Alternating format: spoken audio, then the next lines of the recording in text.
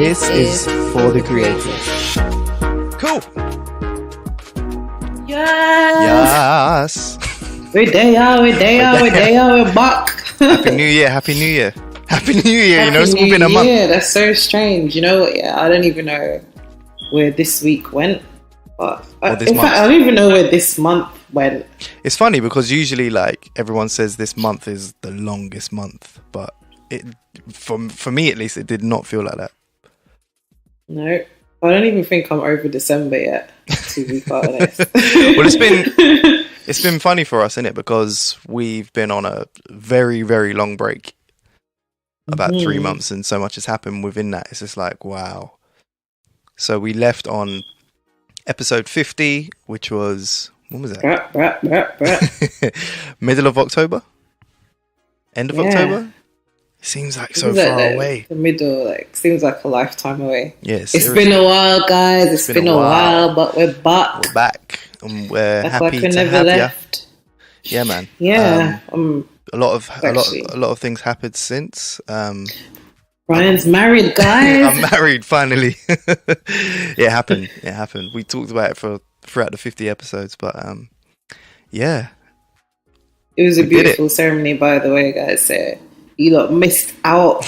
There was so much love in that room. It was unbelievable. Like you walked into the room and you were embraced with love. Like I was crying when the flower girls were walking down the aisle. That's just to show you the levels. I was kind of asking myself, like, what exactly are you crying for in this moment? But I looked up and I saw Ryan and I could see him like getting nervous and that. And I was like, yeah, it's him now. Yeah, it really he was did. Trying to walk around looking all sharp like a boss. It's crazy because, like, literally, I wasn't nervous at all leading up to it. I think because there was so much of it was done by me and my wife. That sounds weird, and my family. That, you know, was just like running around doing everything, making sure that all of the details that we worked on were running. But it's like, when I walked up the aisle and then that was it, it was like, ooh, all of these years of work has like come down to this moment. And yeah, that's when it hit me. It was a beautiful moment though. Yeah. No, it was literally a dream come true. So grateful. So, and she looked amazing. She did. She looked absolutely beautiful.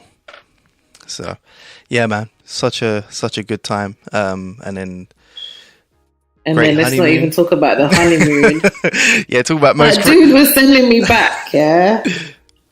Pissing me off. No, I'm hating. No, it was nuts. It looked incredible. We stayed in the most ridiculous suite. Well, they gave us a ridiculous suite, I should say that.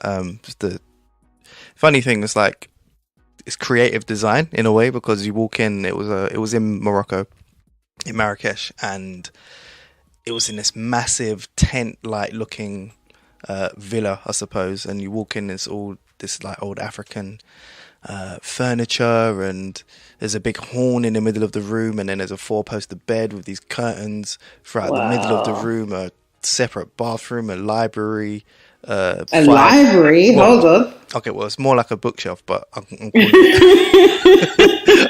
They had a designated bookshelf. You know, when man's trying to add a little extra. Yeah, just had a walk-in closet. It was nuts, absolutely nuts. So yeah, it definitely didn't look like a tent, though, I have to say. So, well, I think the person who designed it's incredible. Yeah. It was mad. It was literally like Arabian Nights or something like that. Something you wouldn't expect in just day-to-day life. So really inspiring. And great way to end the year. Oh yeah, man. Especially obviously it was cold here. It was hot over there. So really good. And Marrakesh in general is just quite inspiring. The colours, the energy and the designs you see on pretty much everything is, it's just really cool. We went to the East Saint Laurent Gardens, which was nice. Cool. Just the whole thing's just really inspiring and idyllic. So I would recommend it for sure. Yeah. So yes, Yeah. time to get back into the flow, get back into the vibe. That's it. For the creators, we're back. Season 2. Season 2, and we've got some exciting episodes coming up for everyone over the next few months or so. We're going to drop in with Veneer and I every couple of weeks, I think. That's the plan at the moment. And we're going to have conversations like this. Just talking about creativity in general, things that we've seen and consumed, or things that have happened in the creative and entertainment industries that we want to discuss. Just like a little time to drop in and discuss things, basically. So if at any point you know, like after this episode, you hear or see things that you want us to discuss, then definitely hit us up on Twitter and Instagram. That's at @_the creators on Twitter and For the Creators Podcast on Instagram. Definitely give us a shout on there and give us some recommendations. Yeah, man. So let's get into it. So would you want to start with first? Let's start with, just opening up my phone. Oscars. The Oscars are coming up. Yes. Oscars are coming up. One thing I forgot to research. But you know what, yeah? Obviously can't be one thing about the Oscars, obviously, the whole controversy around Kevin Hart. Oh yeah. And the fact that he stepped down as the host.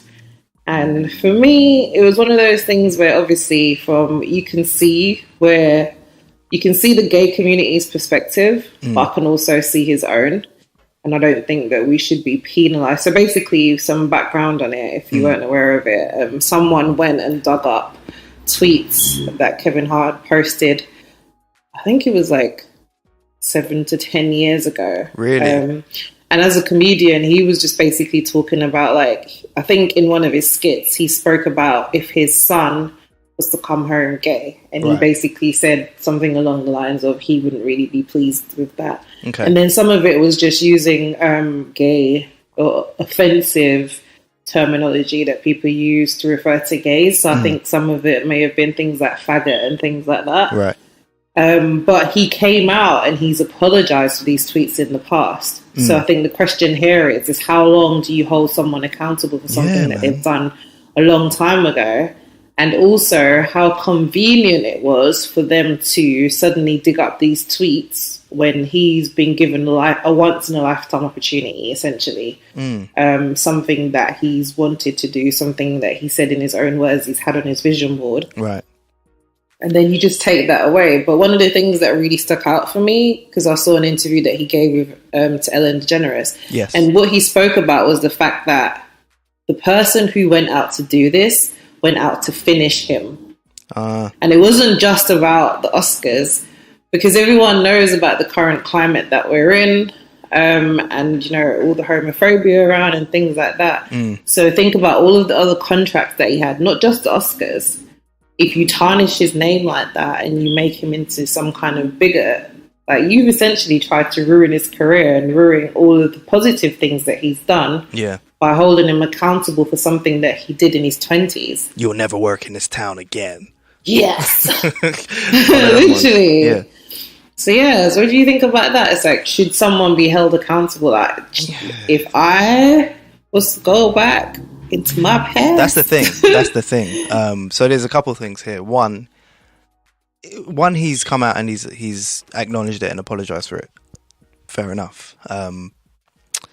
Two, had social media not been there, I guarantee 90% of people have said things in the past thinking that they were correct, or, you know, that they were right, and have since learned that they weren't and do not agree with their views from the past. The difference is now that all of that is documented.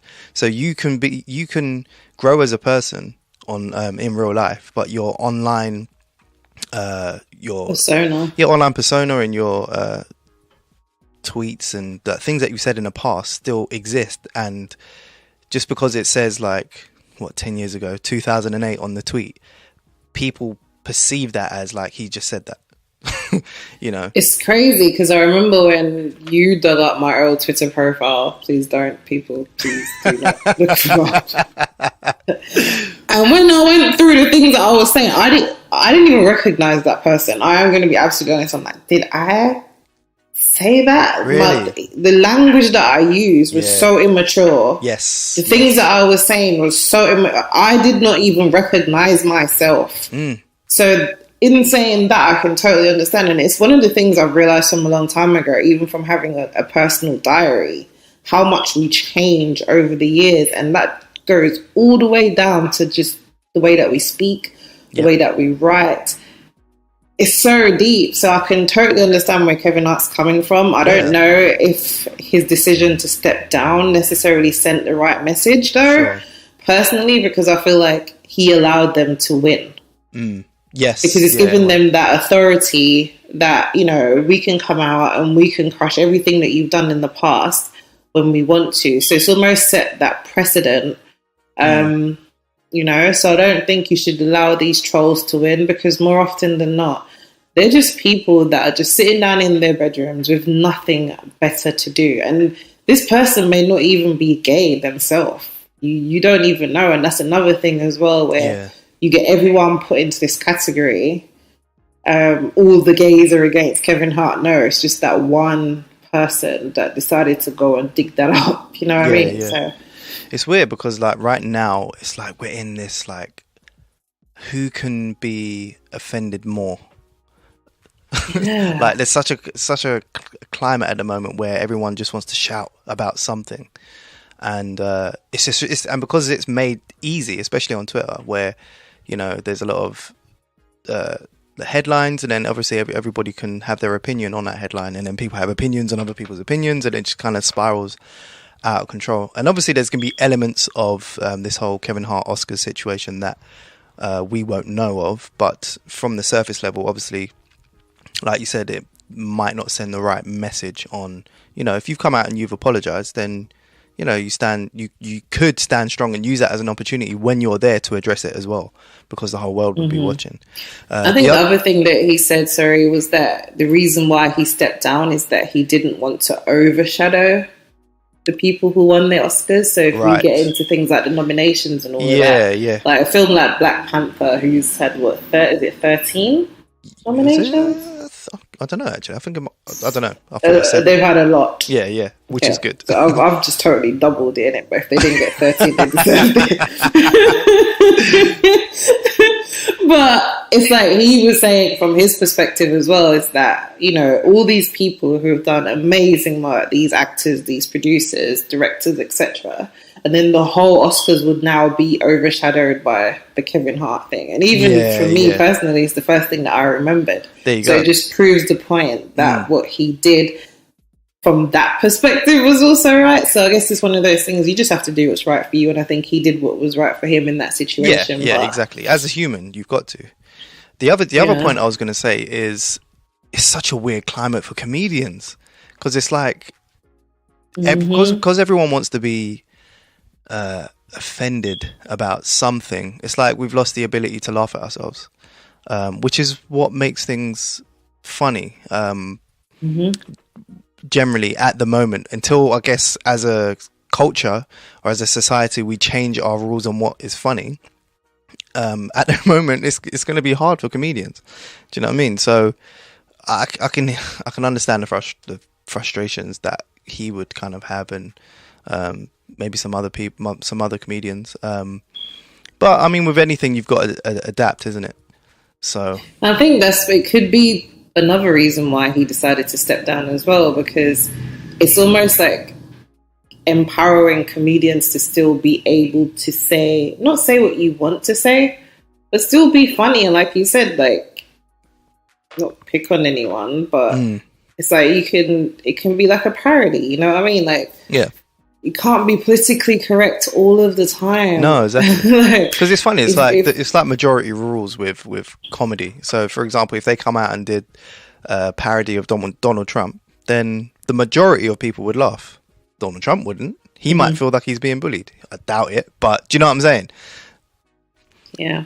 So yeah, it's a weird, challenging time for comedians at the moment. But I'm happy for the Black Panther though, because I remember, like, I'm not sure. I think we may have discussed it on the show before, where we were talking about the Oscars and, you know, how films like the Black Panther wouldn't necessarily get nominated just because they're seen as popular films rather than films that are nominated for, like, the artistic side or yes, exactly, the film side of it. So it's really good to see that, you know, that those kind of films are recognised, and not one category in multiple. We'll say multiple because we can't remember how many times they've been nominated.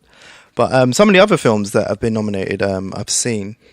So Roma, which is on Netflix, is the first Netflix original to be nominated for an Oscar. Oh, brilliant. I haven't seen that. Have you seen it? Yeah, I've seen it. It's a story about a maid or a nanny in Mexico. It's a very human story. I don't want to give it away, but I'll check it out. The direction is really interesting. I'd say that it's quite aggravating for me.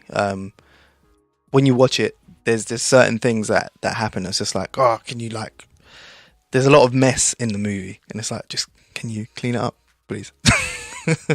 Mess in terms of, like, how it was filmed, or just a storyline?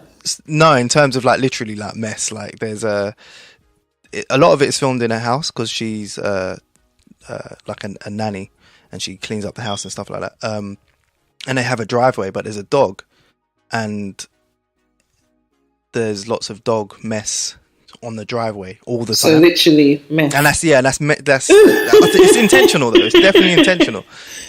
And it's like when you're watching it, it's like aggravating. So who are you telling to clean up the mess? The nanny? It just feels like it just needs to be cleaned. That could be my OCD, but no. Wait, I was actually thinking that this guy's talking about continuation in the film. Oh yeah, none of that. No, it's shot literally just clean the shit. Yeah, but the actual, I suppose. Well, I think the director's Mexican, and he must have got like a real, like, at least from his perspective, an accurate depiction of the story he was telling. So it invoked something out of me. So it was really good. It was really good in that sense. I think maybe that's the point though, because a lot of these, and I think that's the difference between Netflix and maybe the typical Hollywood film, is that Netflix kind of gives people the leeway to be less polished. You know, it can be a lot more raw. I think all of the things I've watched on Netflix, they always seem to have this very authentic, raw feel about them. Whereas when you watch a Hollywood film, it's like everyone gets up at the same time and everyone does this and everyone no, life is not like that. You know what I mean? Like, if there's dogs out. If you're in Mexico, raw Mexico, there ain't no bin man come around to clean up the shit. Like, literally, someone has to go and physically clean that. So and I think it's authentic. Touches like that made it really real. Yeah, for sure. And even like the shots that he did, there's not a lot of cutaways. So it's like long panning shots. So it's almost like you're there, if that makes sense. Like fly on the wall. It was very much fly on the wall. So yeah, I found that really interesting. It's good. Talking about Netflix, we have to talk about Firefest. Mate, jeez. When you sent that to me, I'd seen like all the news reports and things about that festival when it was taking place. Or when it didn't take place. Yeah. Something took place. But I didn't realise how bad it was until I watched that documentary. And the effect that had on the residents of the Bahamas, it was just diabolical, man. But you know, one of the main things that really stood out for me about that documentary was social media. And the power of perception and the power of social influences. And I think what it's also done as well, from a social influencer's perspective, it's also made them think a little bit more about their actions. Because one of the things that jumped out for me is the fact that as a social influencer, when you endorse a brand, how much time do you actually spend finding out about what you're putting your name against? Yeah. What they're actually doing. Because I guess for like a social influencer, most of them are with agencies now. So your agency sends you a job. You just assume that because the agency sends you a job. And then also when you go out there and you see all these other models, you're thinking, hold on, like everyone couldn't have been duped here, you know, but you have to do that. Dig a little bit deeper for yourself to find out, hold on, what is it that I'm actually getting myself involved in? Yeah, man. There needs to be more responsibility there for sure. Yeah, because once you put your name on it, there's no going back. And obviously they're going to take the stance of, oh, we were bumped too. You know, I mean, that's what Ja Rule said. What was that tweet that you put? I was too bamboozled and lied to. Is that you know what? Yeah, I'm still trying to figure out how he ain't locked up, and the whole world's still trying to figure out that. Because if you're a co-founder of something, how comes only one man goes down? I walked away from the film thinking, okay, so I walked away from the film thinking, nah, something ain't right about this. There's something that's not right about this documentary, because a lot of it, one, it just sounds like a mad story. Like, this is far-fetched. Like, I know it happened, but is this like an elaborate hoax? Like, is this like, yeah, like an elaborate hoax that they kind of fooled everybody on social media a couple of years ago, sent everybody to this island to make this documentary, to then make it into like a movie or something like that later on. But obviously there's articles and things like that and lawsuits, so it is real. But what was weird about it is that this Fire Festival documentary on Netflix was produced by the same marketing company, Fuck Jerry, I think it's called, that promoted the festival in the first place. It could just be that they seized the opportunity. I think they did, but I think they wanted to control the narrative. But that's what was weird. That's what was funny about it, because I'm like, all right, well, if this is like a fly on the wall documentary, how did they get access to their Skype calls and stuff? You know, you remember that bit when they had Ja Rule, the founder, and all that? I was like, okay, and if it's supposed to be an unbiased documentary, why is the founder's face not blurred? Surely he doesn't want to be painted in a negative light. So all of those kind of things were like, why were they recording the conversations in the first place? Exactly. Because I don't record a Skype conversation that I have with you, except when you take the occasional picture of me, and that's not even discuss those. Exactly. But you know, especially when you're going through a crisis. So it's like a lot of it was premeditated in terms of, look, if shit goes down, then, you know, at least we can make a documentary out of this. And it, from their profiles and from the personas that they portrayed, that it would seem that this is another part of the con. Do you know what I mean? Yeah, because they're all famous from it now, aren't they? Like all of the people who were on it. So yeah, I think it's just like, if you're a social media company, that's what you do. You know how to spin things, and no publicity is bad publicity. Yeah, and that's probably the board meeting that they had on this. It was like, yeah, probably like, look, this is. But do you know the other funny thing about this that UK viewers wouldn't have realized? So in America, there's a streaming service called Hulu, which is basically like BBC iPlayer. But aren't they like the other company who made a documentary about Fire Festival as well? Exactly, and they both come out very close proximity. So one was produced by Hulu, I think, and the other was for Netflix. So I think obviously, Fuck Jerry, the production or social media company, thought, well, look, this is our chance to control the narrative here. You know, Netflix has got a wider reach. Hulu's only available in America. Sure. So interesting, but also from what I've read, the founder, I can't remember his name, but he was paid for both of these documentaries. Imagine. Oh, that. Really? So he's coming out paid? Yep. Apparently he's running like a social media course. Really? He's running some kind of social media course in jail. Okay. Yeah, I can imagine that. Well, to be fair, Jordan Belfort from Wolf of Wall Street. He does sales seminars. So he's following that play, I suppose. But yeah. But all I can say is I need a friend like Andy King. Yeah. Do you know what? No, that's when I looked at the documentary like, really? This is too far-fetched. Who would do that? Who do you know what, though? Reality is often more far-fetched than fiction. You're right, you know. My guy, if you don't know who Andy King is, a.k.a. the Blowjob King. Is that his nickname now?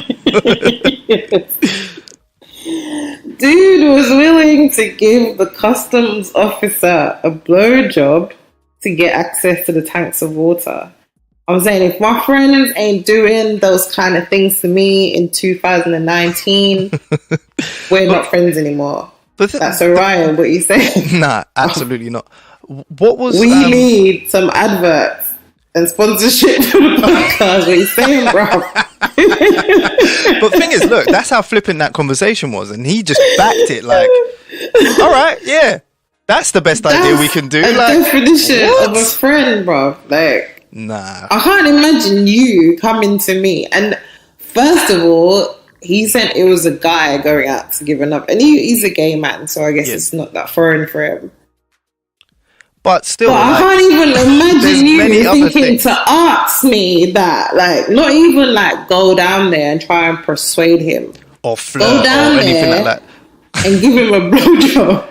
Yeah, like, so we can get the tanks that everyone water. When the guy said that, yeah, I was watching this. I was watching it at work. So I wanted to say, what the? Like, you know, you can't really have a reaction because you're supposed to be doing something in the first place. Your eyes just looking at the screen like... So I'm just like, what the... You know, I literally had to rewind it. I was like, did dude say that this guy... But that's just to show you, he is a super manipulator. Like, how many... You have to ask yourself, like, are you a sheep or a wolf? Like, he's a wolf, blatantly, because... And a sheep at the same time. How do you get so many people to believe in something? They can all see that it's going pear-shaped, but no one's giving up, because that's what I got from it. I was like, yeah, it was mad. You can all see it's going pear-shaped. There's nothing stopping you from saying, look, mate, see ya, farewell. I suppose that's a good angle to discuss this from as well. Like, why did they all carry on? If they can all see that this is not going to work, but they all did say that no matter what, this guy stayed positive. And look, he did absolutely the wrong thing, and he fucked over loads of people. But this is just from purely a leadership angle for a creative project. He stayed positive, and all of those people, in amongst everything that was going wrong around him and all of the stakes, they still did the action, which was at least one positive we can take from that, I suppose. But the other thing that came out of it for me as well was just the whole thing again about social media and perception.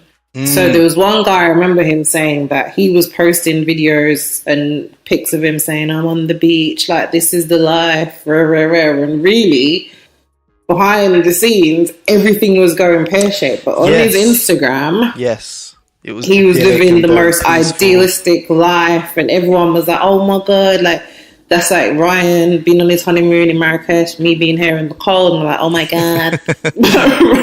But Ryan was actually living like that experience. But this guy here was posting something that was completely foreign to what he was going through, but he was still doing it for the gram. So how much is that about doing it for the gram as well? So as much as they didn't want to be in the Fire Festival, I think at some point they all knew that any publicity is still better than no publicity kind of angle. Yeah. No one wanted to be the fall guy, I suppose, as well. No one wanted to just call it out. So very, very interesting. But like you said, like, it is definitely a metaphor for how things are generally with Instagram now. You know, I think at the end of the documentary, they was talking about services in different countries that allow people to like pose on a private jets and like literally, like the jet's not going anywhere, but it looks obviously on a square on Instagram. You don't know. Bow Wow challenge. What challenge? The Bow Wow challenge. Do you remember the Bow Wow challenge when he was yeah. posting the picture of him being on the private jet, but he was in economy, like literally. But that is kind of. But the whole Fire Festival was based around that. Because the whole idea behind it is you, the average Joe from down the road, is going to get the opportunity to be in close proximity to all the social influencers that you drool over on Instagram. Yeah, supermodels. So that's what they were buying into. Yeah, man. Funny old times we live in. Find my idea like that, y'all. Like, do the G, and he's gonna come out. He's not gonna live a hard life. Well, this is what I said. Like, the blowjob king still talking to him in jail. He's not offended. Like, the joke is on us. It is because on the people who attended. Yeah, well, what's going to happen is going to come out. There's going to be a blockbuster movie, Wolf of Wall Street style, based off of this guy, and what happened. And it's going to sell. Yeah, and everyone's going to watch it because everyone wants to know his side of the story and how he managed to do it. Yes, exactly. Yeah. Interesting. Interesting. But yeah, definitely. So, what have you been watching and listening to this week? Apart from Fire Festival. You know what? I clocked. I've read 5 books this month, the month of January. On with your bad self. But that's not by reading, that's by listening. So that's audiobooks. So I've listened to Shoe Dog by Phil Knight, who's the founder of Nike. Dope. I've learned to pronounce it correctly because it is Nike, it's not Nike. Brilliant audiobook and book if you can pick that up. What else I listened to? Off your recommendation, I listened to the Celestine Prophecies recently. Oh, did you listen to it? Yeah. But what did you think? I liked it, but this audiobook was kind of told like a children's audiobook, so it had like sound effects and weird like 80s music in the background and stuff like that. So that kind of threw me. Because I think the audiobook must have been produced in like the 90s or something like that. So it sounded like maybe it's an old book though. Yeah. It sounds like they produced it for like a cassette tape. Do you know what I mean? And then do you remember them ones where you listen to a story on tape and you had to turn it round? So rewind it. Yeah, all of that. But yeah, I like the premise of the story. It's a good reminder about energy and things like that. It's mostly about energy and how we're all connected. Yeah, exactly. Forces, different dimensions. And may the force be with you. So that was cool. What else did I listen to? Listened to some business books. 0 to 1 by Peter Thiel, one of the founders of PayPal. And that's 3 books. 4 Agreements. 4 Agreements, yeah, that was the first one. Listened to at the start of the year. Sapiens, which that's brilliant. It's crazy. It's just that, if you told me I'd read 5 books in a month, I'd be like, nah. Do you know what I mean? But with audiobooks, it's just you get an hour here on the way to work, on the way back, or you do a long drive. Over time you start to consume all these books, and it's just like, wow. And also what I find as well with audiobooks and podcasts is, for me particularly, it imprints on my brain in a different way than reading books does. So, for example, if I re-listen to a podcast or re-listen to a part of an audiobook, it literally transports me to where I was when I first heard it. It's crazy. So it's almost like, because I'm listening and I'm looking at different things, it's like my brain's taking in 2 different things at once. Whereas reading a book, you're literally reading the words off the page, so you're not taking in anything around you. And both have got benefits, but for me, that's definitely what works best. I haven't really got into audiobooks. I think I need to listen to one. I'm still a reader. Well, I think it's because I'm trying to hold on to my childhood. Yeah, because you was a bookworm, right? Yeah, so I feel like for me, I like to read. It's always been my favorite hobby. Yeah. I feel like if I listen to an audiobook, I kind of want to have that distinction. So I listen to podcasts. So the podcast that I've been listening to mostly is Impact Theory. Yeah, brilliant. Because I really like Tom Bilyeu. Yep. So the one that I recently listened to was the Damon Dash one. I just saw that on his Instagram. I saw a clip. So I want to listen to that tomorrow. What did you think? And it was good for me because I think, because I'm a Jay-Z fan. Yes. that kind of automatically made me a Damon Dash hater. But not even like a hater to the extreme, but I feel like you took sides in the divorce. Yeah, basically. I took sides in it. So I'm not even gonna lie, like I listened to it thinking, what, you ain't gonna talk about the Jay-Z beef? Nah, they didn't even talk about it, to be honest. And I think that he probably said to him, "Look, you know intentional, what? Yeah, we're not gonna talk about that."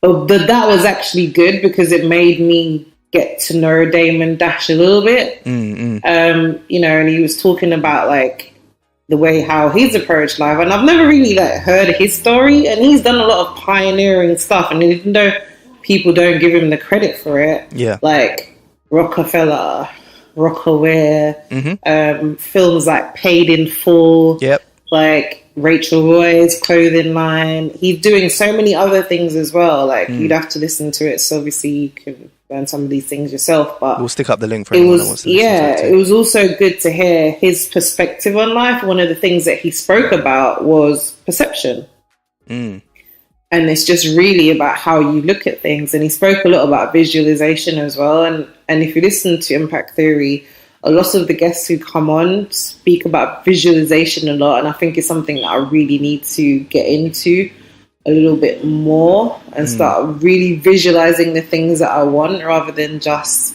like maybe even writing them down as a goal, but actually seeing myself. So that with him, he was saying that he goes into the future and sees himself achieving the things that he wants. And what he also does as well is in visualizing what he wants is that he considers the things that can go right and all the things that can potentially go wrong. And if that goes wrong, how do you navigate your way around it? And things like that. So I was like, oh, wow, dude's powerful. Yeah, no, for sure. That is so powerful because, you know, if you're thinking of something and, you know, you want it to happen, you can't only think of, obviously you can think of winning, but you can't only think of the end result. Like, you got to think of it as a real life situation, and in a real life situation everything has its pros and cons, and you know you've got to think of how would this affect this, how would this affect that, and you know all the things that would go wrong. What would you do in that situation when you actually have achieved whatever it is? How does it make you feel? What do you do next and stuff? So it's really transporting yourself into that situation and feeling the realness of it, and it really does. It does work, and it prepares you for it as well. And when you work back from that situation or that vision, it helps you align the steps that you need to take. Do you know what I mean? Because you might think of something that could go wrong in that situation and be like, "Ooh, I didn't consider that. I need to learn this skill. I need to speak to this person to help me prepare for that." You know, so it's kind of like 360 visioning.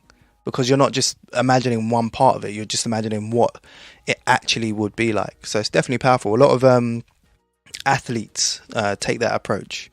So, for example, Lewis Hamilton will visualize the lap before actually driving the lap, you know. And within that, you think, oh, okay, what if this happens? What if I get hit in the back? What do I do? What if I take this corner wide? How do I correct myself? You know. And that's why they're the best at what they do. You know, you have to definitely visualize and really put yourself in it and give yourself the permission to believe that that is real as well. Real. That's basically, I think my favorite I think I've got like I've got quite a few favorite episodes of Impact Theory. But the one that really jumped out to me was I sent you some time ago, the runner with no legs. Yes. That really jumped out to me. But then most recently, the episode that I really like was the Wim Hof episode. Oh, I love Wim And just Hof. because I'm spending so much time, you know, thinking about my diet and the things that I'm eating and all of that. And this man is insane. Crazy. Just to give you like some background, guys. So he's known as the Iceman. This kind of madman has climbed Mount Everest in shorts and shoes. He stayed like shorts and shoes alone. That's it. Alone, yeah. Yeah. That climbed Mount Everest. You know, the same Mount Everest that you see some of these celebrities and all that trying to climb in full blown winter gear. Dude climbed it in shorts and shoes. Yeah, it's crazy because he couldn't change his body his temperature. Body temperature, yeah. And like through breathing techniques. He stayed like immersed in like freezing cold water for over an hour, naked practically. Yeah. And he's also able to control like his immune system and his nervous system. So I think they injected him with, I think it was E. coli. Really? The virus, yeah. And it didn't affect him. He was able to get his body to reject the infection.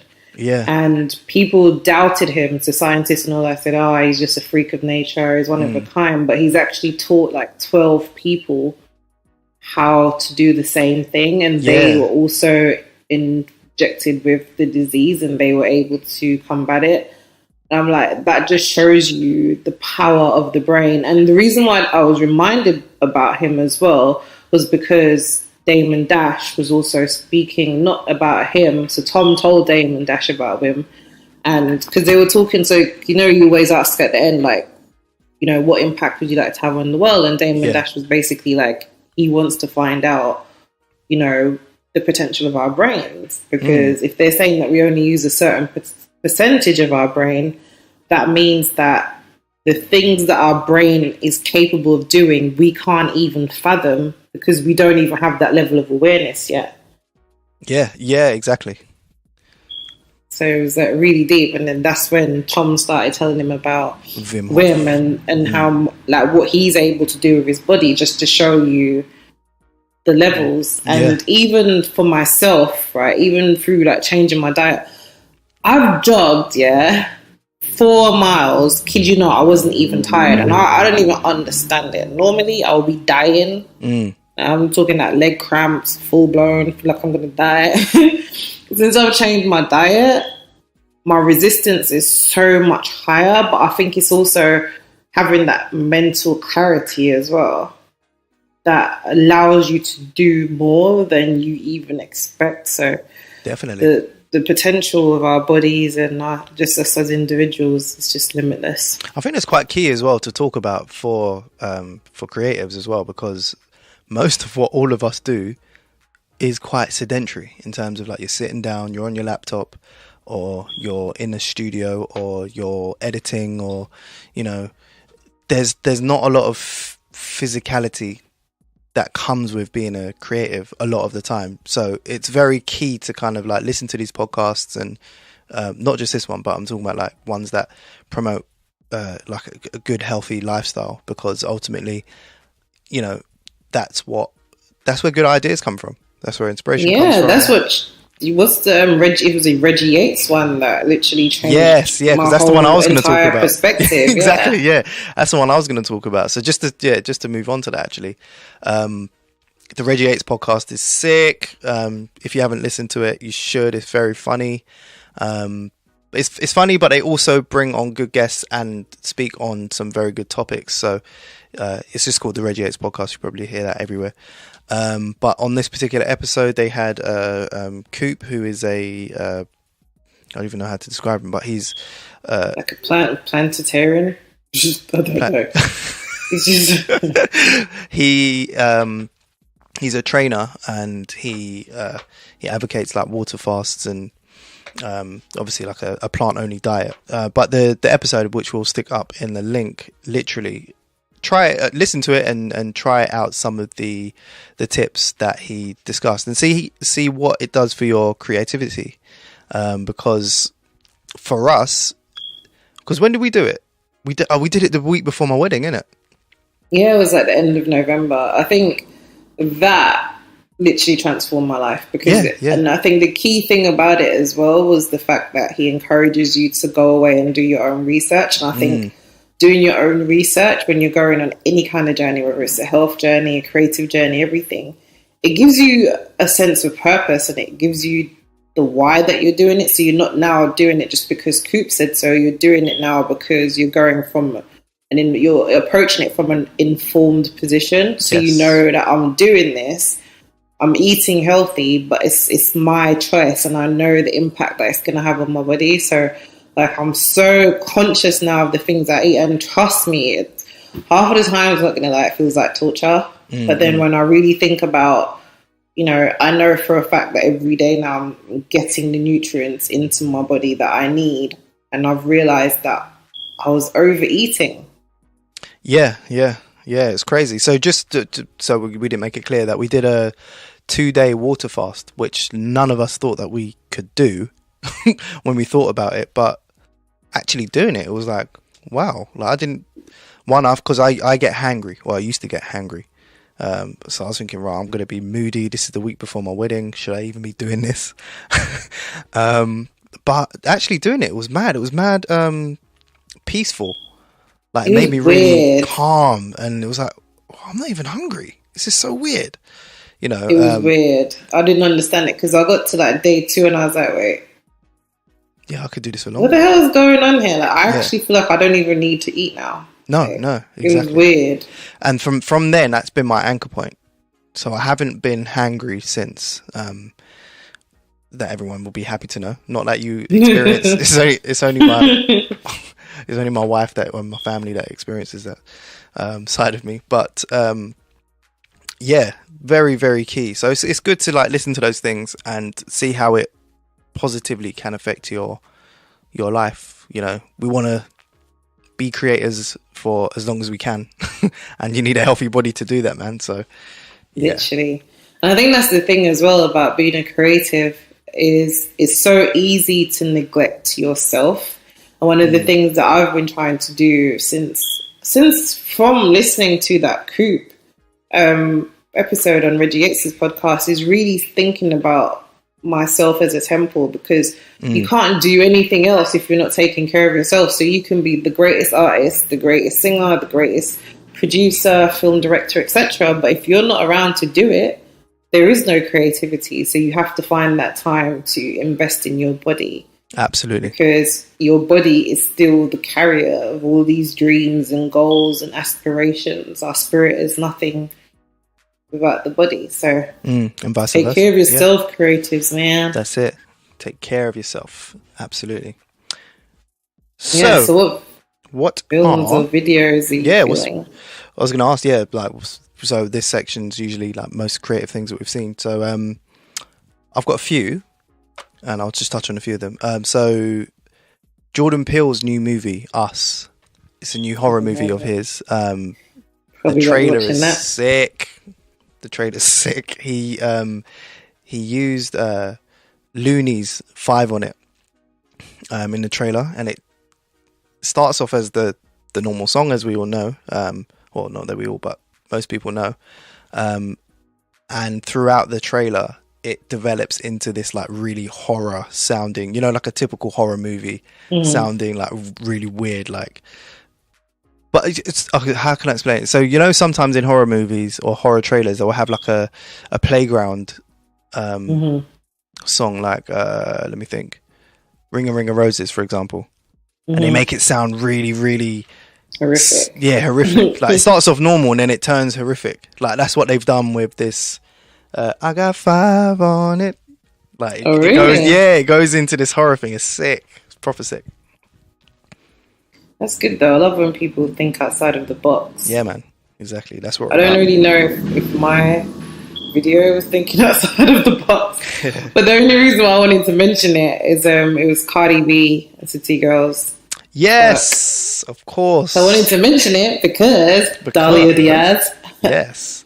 Who we have coming up. We have coming up on the show. Yeah. This season. So who's Dahlia UK. Diaz? So Dahlia Diaz, if you don't know, is literally a female to be reckoned with.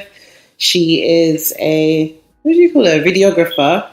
Yep, videographer, creative director, photographer, filmmaker. Yeah.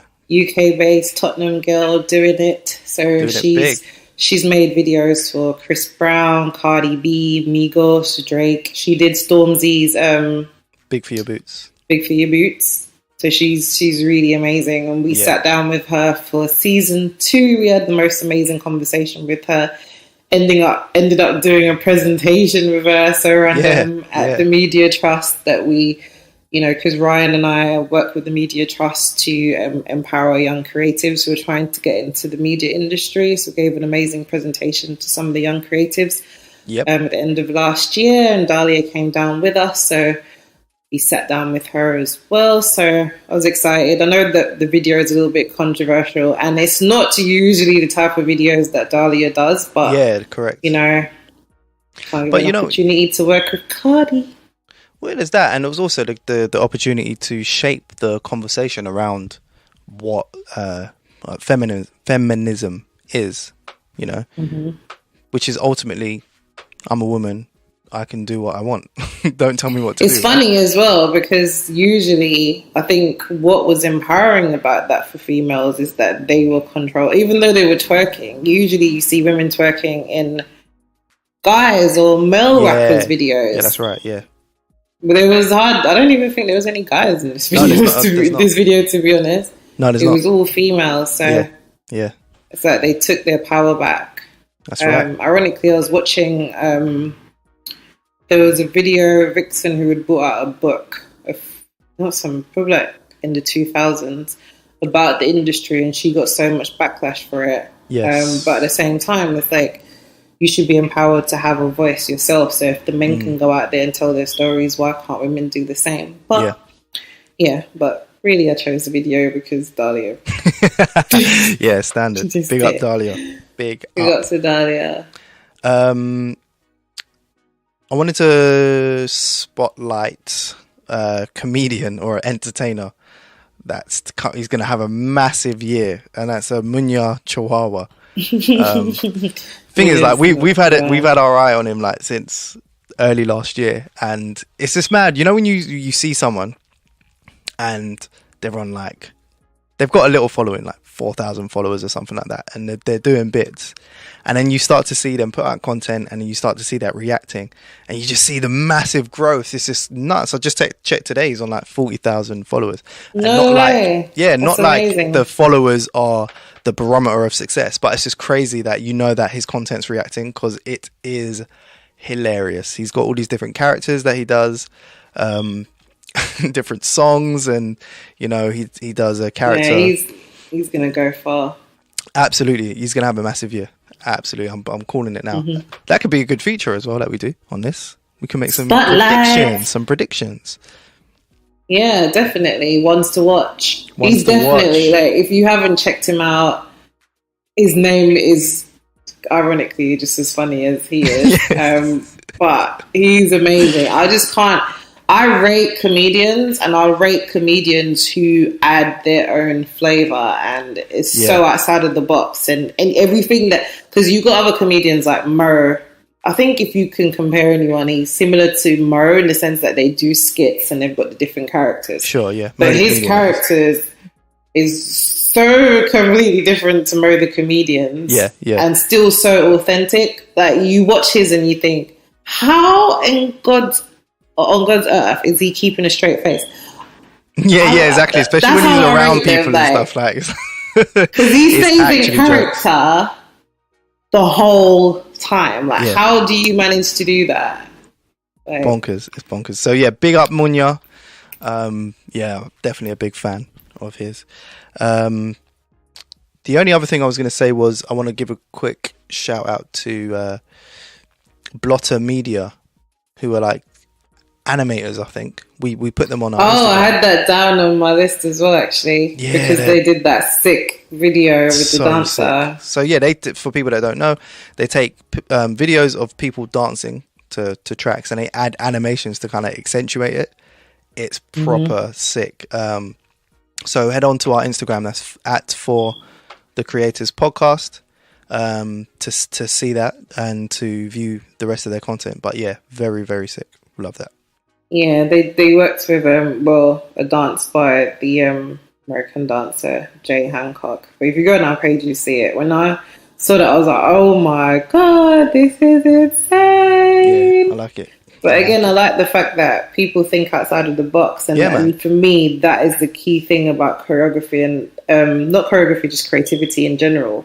And that's why on our page that we try to spotlight those outside of the box creatives as much as possible, because I also think that it inspires other creatives to think outside of the box. That's exactly what I was going to say, because the original video would have just been the dancer dancing, right? And then the animator has seen that and has added the animation onto it, which makes it something else. Took it to another level. Yeah, collaboration is key in creativity, man, and you know, one thing inspires the other. So yeah, for sure. So yeah, definitely head on to our Instagram for that. Sorry. On that note, yeah, we have a fantastic season coming up for you guys. We do. It's going to be absolutely amazing. We're doing some other things in the background as well, which we should tell you about as time progresses. But yeah, it's good to be back. It's good to be back, and this conversation was brilliant, man. Yeah, it's going to be really good conversation. I'm looking forward to these, man. Like every couple of weeks, we're going to have these, depending on what happens. And yeah, we're going to have obviously the other episodes that we've prepared for you guys. So yeah, so coming up on the next episode of For the Creators, we have... Who do we have? We have... Naroop. Yes, Naroop from Amit and Naroop, who are celebrity photographers. They've just done so much. They're absolutely brilliant. So we had a good chat with them. So that will be the next sit down episode that we release. So yeah, look out for that. Keep an eye out on your Apple Podcasts, Spotify. A lot more people are listening on Spotify lately. So really? Wherever you listen to this, keep an eye and ear out. Share with creative friends or 3. Network effects and that. Yeah, talk with us on Instagram, on Twitter. We love to hear from you. Yes, sir. So remember to subscribe. Yes. Tell a friend. Yes. Recommend. Yes. And write a review. Yes, yeah. Reviews, please. Like 2019, give us that gift of a review, please. For sure. Yeah, we want more people to be able to hear the content. If you loved it, please give us a review on Apple Podcasts or wherever you listen to this.